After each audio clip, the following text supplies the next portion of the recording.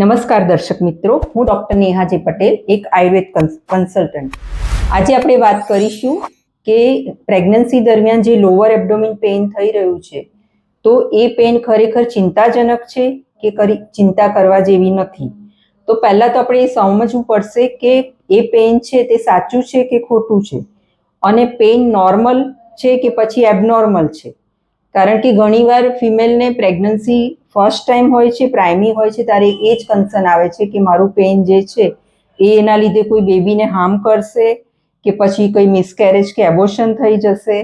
તો આ બધી ચિંતાના નિવારણ માટે મેં આ વિડીયો બનાવ્યો છે. તો તમે શરૂઆતથી અંત સુધી જોજો તો તમને ટોટલી ખ્યાલ આવી જશે કે મારે આ પેઇનમાં ચિંતા કરવી છે કે પછી મારે કોઈ એક્શન લેવાની જરૂર છે. તો પહેલાં તો એ સમજવાનું કે પ્રેગ્નન્સીમાં જે પેઇન થઈ રહ્યું છે એ કયા કયા પ્રકારનું પેઇન હોય છે.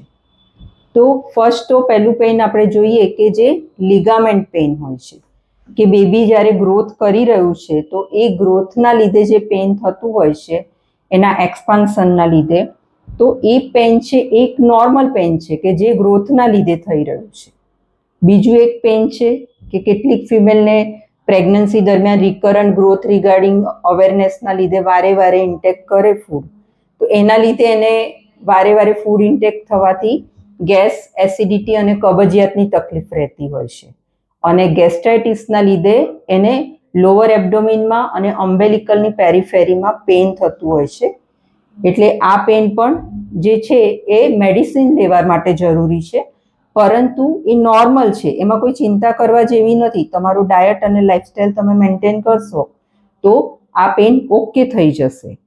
બીજું એક પેઇન છે કે જે ગ્રોથને લીધે તો થાય જ છે, પણ સાથે સાથે પેઇન એવું છે કે જે નોર્મલ જે છે ડિલિવરી પેઇન એના લીધે થતું હોય છે, તો એ પણ સહજ અને નોર્મલ છે. હવે આ વાત થઈ કે બેબીના ગ્રોથ રિગાર્ડિંગ પેઇન થાય છે, બીજું ગેસ્ટ્રાઇટિસને લીધે પેઇન થાય છે, અને બીજું બેબીના મૂવમેન્ટ અને એના એક્સપાન્શનના લીધે પેઇન થાય છે. તો આ બધા નોર્મલ છે. હવે એબનોર્મલ પેઇન કયા છે તે પણ સમજવા જરૂરી છે. તો સૌથી પહેલાં કે જે એબનોર્મલ પેઇન છે એ શરૂઆતના 2 મહિના જે છે કે જે નાજુક અવસ્થા હોય છે તે દરમિયાન થતા હોય છે. અને એમાં શું હોય છે કે જેવી રીતે લેબર પેઇન હોય છે એવી રીતના જ એનું કોન્ટ્રેક્શન હોય છે. એટલે કે લોઅર એબ્ડોમિનથી ચાલુ થઈ અને બેકથી ચાલુ થઈ અને લોઅર એબ્ડોમિન સુધી પેઇન આવતું હોય છે.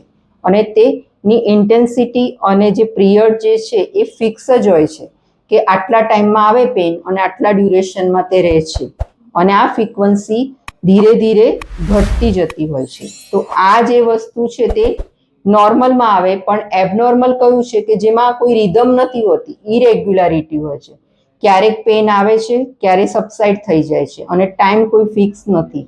તો આ એબનોર્મલ પેઇન છે.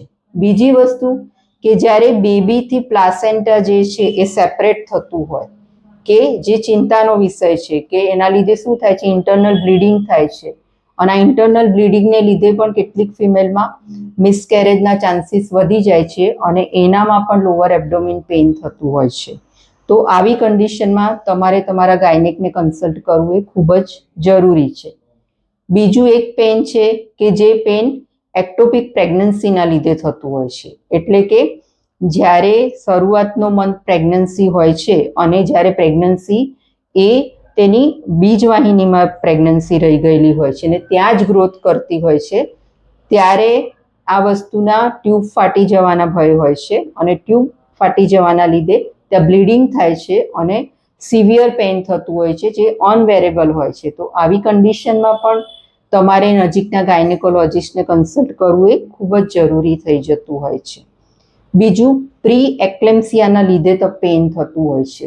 એ ક્યારે થતું હોય છે કે જ્યારે ફિમેલ હાઇપરટેન્શનનું પેશન્ટ હોય, હાઇપરટેન્શનના પેશન્ટના લીધે બેબીના ગ્રોથમાં એક જાતનું રીટેન્શન ઉત્પન્ન થતું હોય છે, અને આ પેઇન મોસ્ટલી રાઇટ સાઇડ જે લીવર છે એ લીવરને વધારે એ કરતું હોય છે, અને એના લીધે એક પેઇન ઉત્પન્ન થાય છે, જે પણ તમારે તમારા ગાયનેકને કન્સલ્ટ કરવું એ ખૂબ જ જરૂરી થઈ જાય છે. તો આ બધી વાત થઈ આપણે એબનોર્મલ અને નોર્મલ પેઇન સમજવાની. જ્યારે તમને ગેસ્ટ્રાઇટિસ રિગાર્ડિંગ કે નોર્મલ પેઇન હોય ગ્રોથના લીધે કે જે ઝીણું ઝીણું દુખતું હોય પાછું સબસાઇડ થતું હોય તો એ સહજ છે.